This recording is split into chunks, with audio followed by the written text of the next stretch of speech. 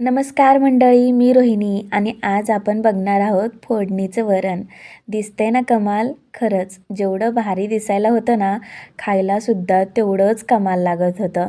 हे वरण आणि गरमागरम भात काय कमालीचं कॉम्बिनेशन आहे आणि त्यासोबतच लोणचं विसरू नका हां. एक नंबर लागतं हे कॉम्बिनेशन.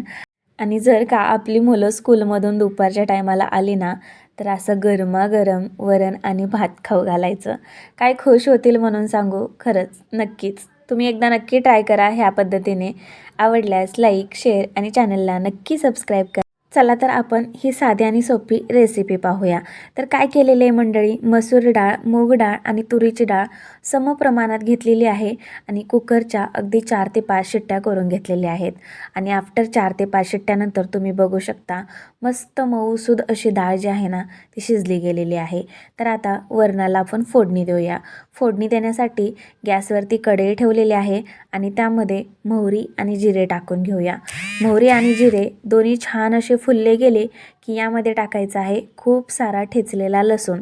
खरी चव तर ह्या लसूणमुळेच येते.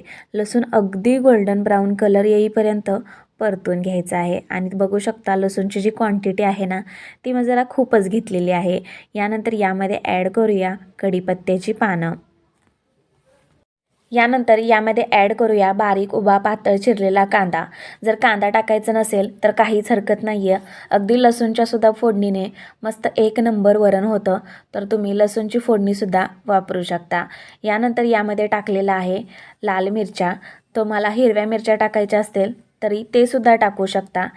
आता टाकूया यामध्ये मसाले. मसाल्यामध्ये हळद टाकलेली आहे, धने पावडर टाकलेली आहे.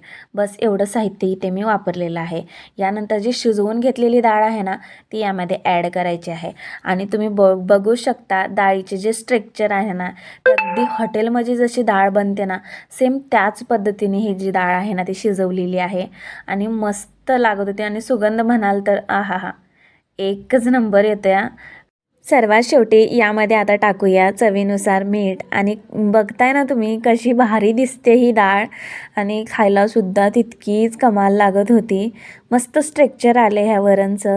आणि आता यामध्ये टाकूया टोमॅटो. तर टोमॅटो मला असं वरणमध्ये खूप आवडतं. यासाठी 2 जे टोमॅटो आहेत ना ते मी बारीक चिरून घेतलेले आहेत आणि यामध्ये टाकलेले आहेत. जर तुम्हाला डाळ शिजवतानाच टोमॅटो ॲड करायचे असतील तर करू शकता. आणि भरपूर सारी कोथिंबीर टाकलेली आहे कारण वरणामध्ये कोथिंबीर टाकायला अजिबात कंजूसपणा करायचा नाही आहे. आणि मंडळी झालं ना वरण तयार. कशी वाटली रेसिपी मला नक्की कमेंट्स करून सांगा. धन्यवाद.